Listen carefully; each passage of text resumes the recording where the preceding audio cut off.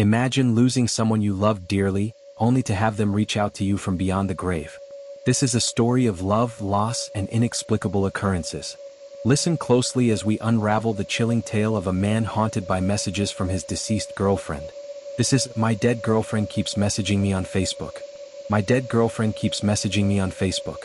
I have the screenshots. I don't know what to do anymore. Tonight, I received another message and it's worse than any of the others.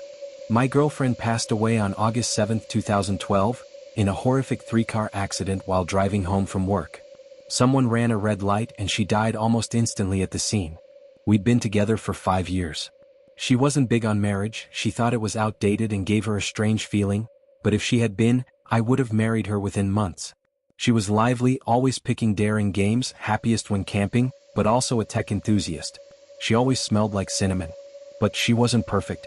She once told me, if I go first, don't just say nice things about me. That's not me. I have flaws and they're part of who I am. So, in honor of M, she claimed to like music, but what she actually liked was totally different. Her idea of affection was a quick side hug. And she had long toes like a chimpanzee. I know it's not directly related, but I wanted you to understand who she was. Now to the heart of it. Emily had been dead for about 13 months when I received her first message. It started on September 4, 2013. I had kept Emily's Facebook open. Part of me couldn't bring myself to memorialize it just yet. It felt too final. I shared the account's access with her mother, Susan, but she's never logged into it, so I assumed it was Susan at first. By November 16, 2013, Susan confirmed she hadn't touched Emily's Facebook since her passing. I began thinking it was one of Emily's friends messing with me in the worst way possible. I soon realized the messages were odd. Whoever was messaging me was copying old conversations from Emily and me. I saw things like the wheels on the bus from a road trip discussion that never happened. A repeated hello that we used all the time. By February 2014, Emily started tagging herself in my photos. The notifications would appear, but by the time I checked, the tags would be gone. The first time I caught one, it felt like someone had punched me in the gut. She'd tag herself in places she would hang out, places I could see her being. I managed to screenshot 2 of them, April and June. http://i.imager.com/x9g5agj.png http://i.imager.com/55fwxkt.png. By this time I was sleeping less, mostly because of the anger bubbling inside me. I stopped posting about it. Friends thought it was a glitch, but some of them saw it and didn't say anything. Some even removed me from their friend list. At this point, you may be wondering why I didn't just delete my Facebook. I wish I had. For a while I did. But on days when I felt too isolated, it was nice to have my friends online, to visit M's page when the little green circle wasn't next to her name. I was already a hermit, and after her death, Facebook and MMOs became my only way to stay connected. On March 15th, I sent a message thinking it was M's hacker. On March 25th, I got an answer. It wasn't until a few months later, when I was going through the logs, that I realized they were using my words too. I tried to keep them engaged, offering bait to maintain their interest while I researched ways to trace them and contacted Facebook. Yes, I changed passwords and security details many times. On April 16th, I received this message. It didn't make much sense. Just like all the others, it was pieced together from past conversations. By April 29th, I hadn't made any progress. Facebook showed me where her page was accessed, but they were all places I could account for. My home, work, her mother's house. The message "Yo ask Nathan" was a weird in-joke, but seeing her say it again tore me apart. Her last few messages were becoming more disturbing, but I didn't want to admit it at that point. On May 8th, I received this. The words "freezing" were the first original words. Since then, they've been haunting me in dreams, visions of her frozen, trapped in a car, oblivious to me standing outside, screaming at her to open the door. By May 24th, I finally memorialized her page, thinking it might stop the messages.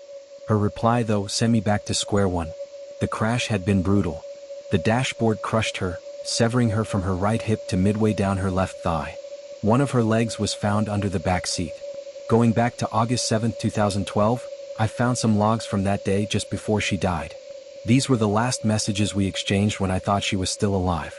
Yesterday, July 1, 2014, I memorialized her page for good. She had been quiet up until then, no more tags in my photos. Now, I don't know what to do. Should I delete her memorial page? What if it is her? This whole thing is making me feel sick. Just now, I heard a Facebook notification. I'm too terrified to look. Our second story takes us into the heart of psychological horror. What would you do if someone you thought you knew so well began exhibiting terrifying and inexplicable behavior? This is a tale of love turned sinister, where every shadow hides a new fear. Brace yourselves for the chilling account of a man whose wife has started to watch him from around corners and behind furniture. This is My Wife's Terrifying Behavior. Before we dive into this spine-chilling tale, don't forget to subscribe and join the Night Story family, your gateway to thrilling edge-of-your-seat stories every night. My wife has been watching me from behind corners and furniture. What started as strange has now become downright terrifying. My wife, Lynn, and I have been together for 6 years and married for 11 months. Our relationship has always been normal, with no signs of strange behavior or red flags. This sudden shift in her actions is completely out of character. Lynn is a kind, intelligent, and thoughtful person.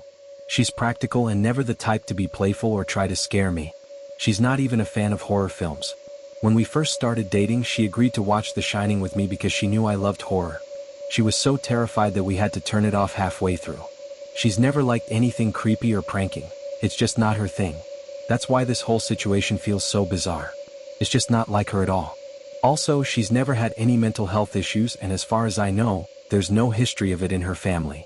I understand that people can hide mental health struggles, but after 6 years together, I feel I'd have noticed something by now. 2 months ago, I was rushing to make coffee before work. I was running late and knew I wouldn't have time to stop at Dunkin' for my usual fix. As I hurried down the hall towards the door, I noticed Lynn peeking at me from around the corner.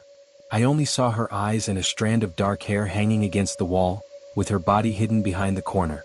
I almost spilled my coffee in shock. "Geez, Lynn," I said, wiping coffee from my pants.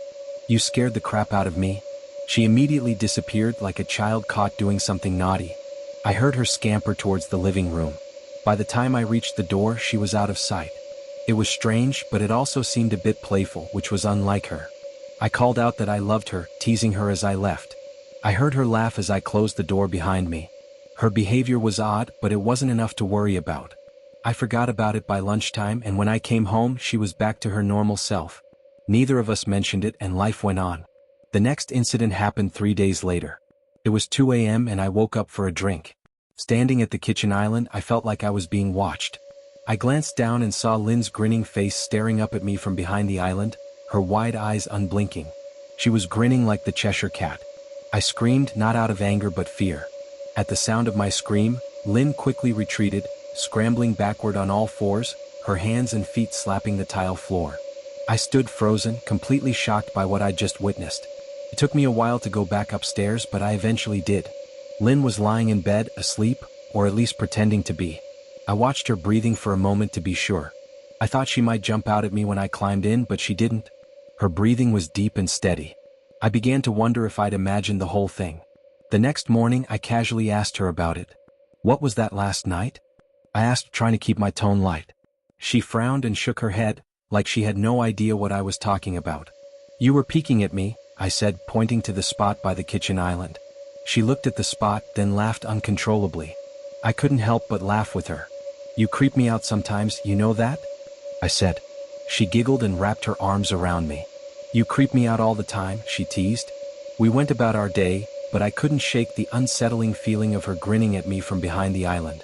I tried to tell myself she was just being silly, sharing in my love for horror, but something felt off. Soon, I started noticing her peeking at me more frequently, behind the couch, curtains, even inside an old trunk at the foot of our bed. I wouldn't have noticed her in the trunk if the old hinges hadn't squeaked. Her face peered out, grinning like an excited child. I asked her why she was doing this, but she didn't answer. She just closed the trunk lid, leaving me feeling more disturbed.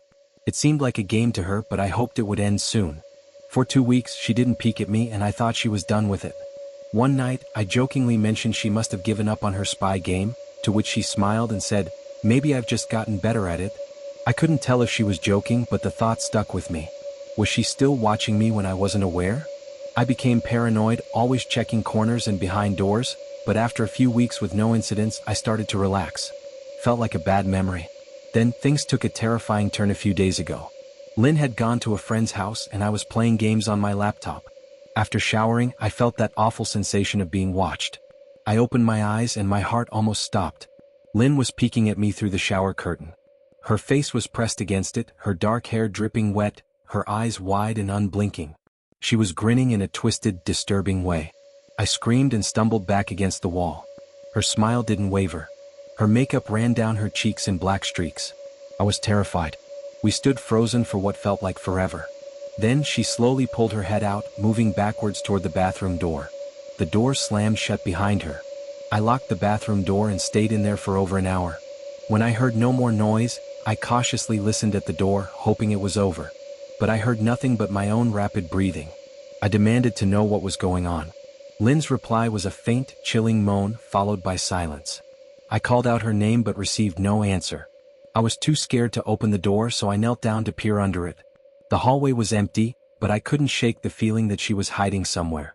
Then I heard a louder moan, and when I turned to the closet, my stomach dropped. Lynn's face was peeking out from a gap in the closet door, grinning at me in the same grotesque, unnatural way. I bolted out of the bathroom and ran downstairs, grabbing my keys and phone as I rushed outside. I could hear her laughing behind me but didn't look back. I drove to my brother's house, too scared to check my phone until I was parked safely. Lynn had called multiple times, but I couldn't deal with it. I wasn't going back home unless she promised she wouldn't do any more of this creepy behavior. I was staying at Chris's house, but I couldn't shake the feeling of being watched. The next morning as I lay on the couch, I felt that same dread. I looked at the window and Lynn's face was pressed against it, smiling with that same disturbing grin. Her drool streaked down the glass. I didn't scream. I just pounded my hand against the window, demanding she leave. She didn't move and her smile only grew wider. Chris and his wife heard me, and when we went outside to check, there were no signs of Lynn, just the marks on the window. I tried explaining what had happened, but they didn't believe me. I didn't care. I didn't want to face Lynn anymore. I wasn't sure if I would ever be able to go back to my old life with her. I just wanted the woman I married back, the serious, grounded Lynn who would never do anything like this. But even as I lay in Chris's house, I could still feel her presence watching me.